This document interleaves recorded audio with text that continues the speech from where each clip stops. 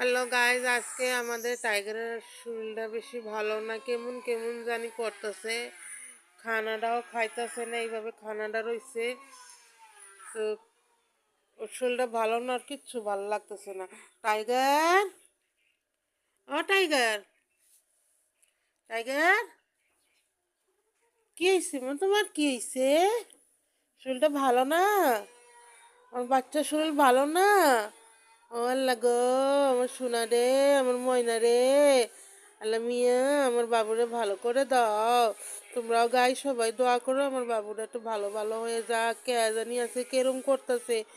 আমার আগে একটা যদি বিলেইয়া ভিডিও আছে, মনে হয় আপনারা দেখছেন, সাদা কালারের ছোট, ওর নাম সিম্বা।